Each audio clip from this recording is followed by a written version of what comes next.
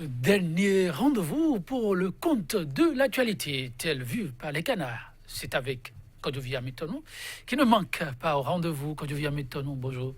Bonjour Jolie Todji, bonjour également à nos amis téléspectateurs. Vendredi, dernier round. Qu'est-ce qu'il y a de particulier pour annoncer le week-end à la joie? Rien de particulier, non pas de joie. Et rien de réjouissant non plus? Si vous voulez, sur le continent africain, oui, Mouchiri Kabo est élu donc à la tête de l'OIF. C'est une bonne nouvelle pour les femmes et c'est une bonne nouvelle également pour l'Afrique, pour ceux qui ont soutenu donc cette candidature, même s'il y a beaucoup à dire à propos. Mais bref, ce n'est pas là l'essentiel. Mais puisque vous voulez de la joie, c'est à votre joie. Mais si c'est dans la République du Bénin que vous voulez en parler, eh bien, la gestion des collectivités locales, malgouvernance, la Caisse nationale de sécurité sociale, des milliards dilapidés, sans oublier une justice prise en otage. Je ne sais pas si dans tout ça là, vous sentez la joie. Difficile à dire chez les téléspectateurs, mais ainsi va la République. Et on est là, non pas pour que notre volonté passe, mais pour partager avec vous ce qui est. Et ce qui est, une fois encore avec nos confrères, c'est avec Kodovia Metonou. Et nous allons commencer avec... Le journal La Dépêche, ils ne sont pas forcément nombreux au rendez-vous ce matin. Peut-être que la pluie du matin en a été pour quelque chose, mais de toutes les façons, nous avons quelques titres. Et là-dessus, le journal La Dépêche écrit donc en grand titre « Fonctionnement des institutions, la justice sous la rupture ». Vous n'avez donc qu'à observer l'image à la une du journal pour comprendre davantage mauvaise gestion des collectivités locales. La mairie de Zayanado sommet de payer 350 millions de francs CFA à l'État et puis incendie à Tampere. L'essence de contrebande cause d'énormes dégâts matériels. Je l'ai dit, le confrère de la matinée, reconstitution de la classe politique autour du chef de l'État, Patrice Talon. Un véritable saut dans l'inconnu, s'exclame le quotidien. Embrigadement de la justice par des méthodes du pouvoir en place.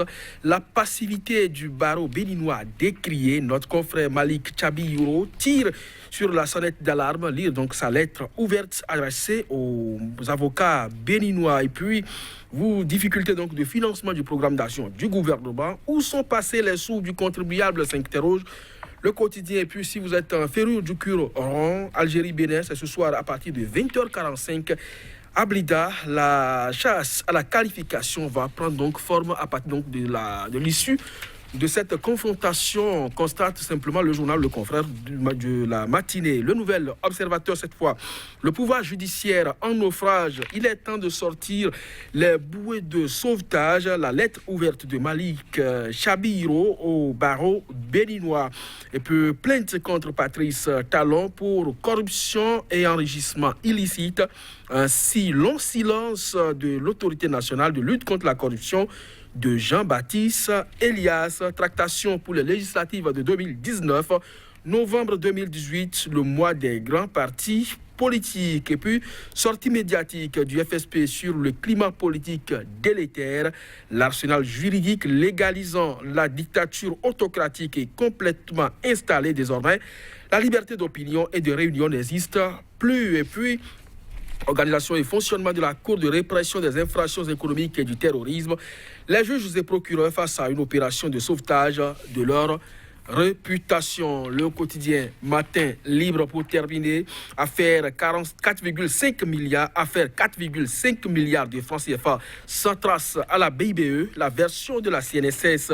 Et puis déstabilisation de la justice. Où sont passés l'UNAMAB et Dadaglo, s'interroge le journal. Joël Yitonji. Merci à vous, Kodovia Metonou. Commençons avec la dépêche.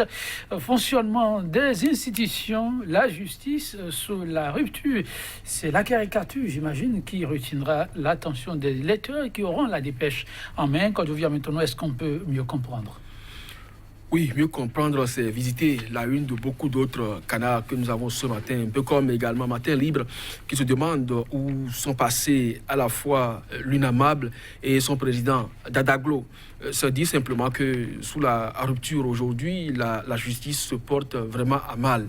Et les faits sont là, une criette qui est née comme ça, pour suppléer à la limite à la cour d'assises avec des compétences suffisamment élargies.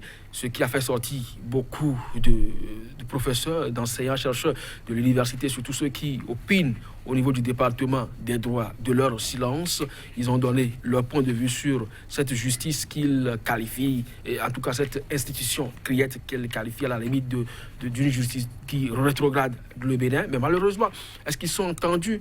Dieu seul sait. Les avocats sont également dans un silence qui ne dit pas son nom. Les juges, on ne sait pas véritablement ce qui se passe à ce niveau. Bref, c'est tout un appareil qui, à la limite, végète dans une certaine clochardisation aujourd'hui. Ça gêne la plupart des citoyens. En témoigne donc cette lettre ouverte de ce journaliste au barreau du Bénin. Vivement que les uns et les autres puissent donc se saisir du contenu pour que les jours à venir ils puissent donc réagir. Les jours à venir qu'ils puissent donc réagir. Des réactions sont attendues au sujet d'une affaire qui a commencé par agiter la République, a fait 4,5 milliards sans trace à la BBE. Il y a déjà des réactions qui tombent. Nous apprend Matin Libre, quand je viens maintenant, Matin Libre qui nous propose la version de la CNSS. C'est à croire qu'ils sont donc au fait des dernières actualités liées donc à ce dossier. Il y a un certain Kovi Bertin qui a menacé sur les réseaux sociaux les mises en cause, tous ceux et celles qui seraient donc impliqués dans la dilapidation de ces sous. Et les voix ont commencé donc à se faire entendre. Vous parlez donc du directeur général de la CNSS qui aurait réagi, simplement parce qu'il a reçu une correspondance de la BIBE en date du 10 octobre. Et je lui ai dit, figurez-vous que ce décaissement dont il est question aujourd'hui remonterait à juillet 2017. Et dans sa correspondance, la BIBE fait donc état de ce que effectivement les fonds ont été encaissés le 27 ou je ne sais pas, courant mois de juillet et versés donc sur les caisses de la BIBE dans la période de 2017. Est-ce que vous ne trouvez pas ça curieux que ce soit en octobre 2018, le 10 octobre pour être plus précis, 2018, que la BIBE saisisse la CNS pour lui faire cas de ce que effectivement le chèque délivré pour donc constater effectivement la présence des sous ont été effectivement, le chèque là est parvenu à la banque. Parce qu'il y a une décision de justice en date du 12 juillet 2018 qui constate que, effectivement, l'argent, les 4,5 milliards, ne sont pas parvenus ou ne figurent pas dans les livres comptables de la banque. Et curieusement également, la justice a dépêché un expert comptable pour constater la présence physique des fonds au niveau de la BIBE. Et c'est justement le jour où l'expert doit aller faire le constat que le directeur général de la banque s'est rendu indisponible parce qu'il ne serait pas présent sur le territoire national. Et aujourd'hui, avec ces agissements sur les réseaux sociaux, la presse, eh bien, on adresse donc une correspondance à la CNSS pour faire constater qu'effectivement, l'argent n'est pas venu. Moi, je ne sais pas à quel jeu on est en train de jouer, mais ça sent quand même une certaine plaisanterie avec les fonds du contribuable et ça dérange beaucoup. Ah oui, et beaucoup s'interrogent. Qui croit finalement que se passe-t-il dans ce dossier, en tout cas vivement, que l'argent revienne vraiment dans les caisses pour le bonheur de tous, surtout qu'on prône aujourd'hui la bonne gouvernance au niveau des collectivités locales. Ce n'est pas la joie quand je viens maintenant et ça, je fais un comeback sur la dépêche qui affiche mauvaise gestion des collectivités locales. La mairie de Zanyanando sommet de payer 350 millions à l'État quand je viens maintenant. Oui, je crois que ça fait partie quand même de la gestion, entre autres, de Fonfadec également, parce que il y a quand même l'ONG Alcré qui est descendu à un moment donné dans la localité, qui a fait un constat de mauvaise gouvernance, mauvaise gestion de ces fonds-là. Il y a le CA de Dovi, c'est une localité de la région, Irénée Solécon, qui a toujours tiré sur la sonnette d'alarme.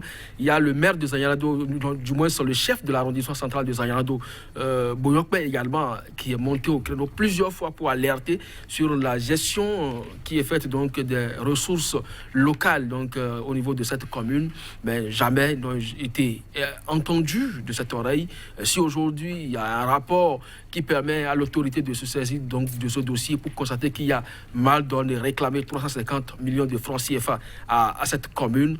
Je crois que ça participe effectivement de la transparence et de la bonne gouvernance, donc de la bonne gestion également de nos ressources. Mais c'est quand même dommage que l'on parle du développement à la base et qu'on ne soit pas à mesure de gérer les choses convenablement pour le bonheur des populations et qu'on soit donc à être cité dans des dossiers donc, de détournement de fonds publics. Moi, ça me fait quand même de la peine lorsque vous circulez un peu dans cette commune de Zayando. Vous connaissez également ces potentialités suivant lesquelles elles pourraient donc être développées et qu'aujourd'hui, des personnalités de ce rang soient à sa tête qu'on parle de mauvaise gestion. C'est quand même regrettable et dommage donc pour le zoo. Oui, que je viens m'étonnant. Dommage et bien triste. Autre dossier, c'est avec le Nouvel Observateur.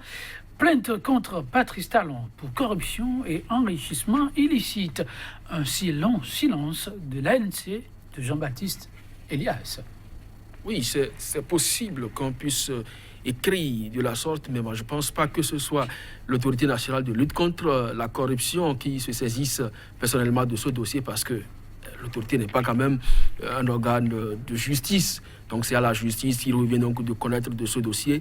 Mais si l'autorité, je suis sûr que c'est une ampliation à l'autorité nationale de lutte contre la corruption pour que quand même elle-même puisse également monter au créneau. La plaignante s'est fondée donc sur les déclarations du chef de l'État qui, devant le collège des sages de la République ici et devant même un président français, a reconnu que ce serait quand même maladroit de sa part de ne pas reconnaître que une certaine inimitié dans la République lui aurait profité. Donc le chef de l'État a fait donc cette déclaration. La plaignante a estimé que la mauvaise gestion du pays a profité donc au président de la République et que par conséquent, il serait très bien quand même qu'il soit écouté.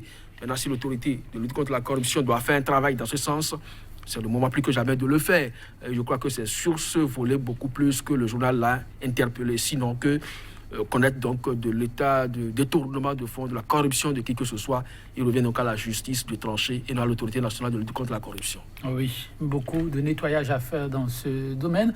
Quelques secondes, nous apprendons, que le temps est parti, quand je viens maintenant, ce n'est pas bien grave, on poursuivra l'aventure. Le lundi, et espérons que ce vendredi soit quand même le jour où la justice aura choisi pour une fois autoriser le journal La Nouvelle Tribune à réapparaître, parce que déjà le 10, on avait espéré, mais malheureusement, ce n'est pas comment ça s'est passé. L'audience a été renvoyée à ce 12. On espère vivement que la justice sera donc au rendez-vous et que la loi puisse être dite. Vivement, chers téléspectateurs, que je viens maintenant, merci. On se donne rendez-vous sans faute lundi pour le MV6. À très bientôt.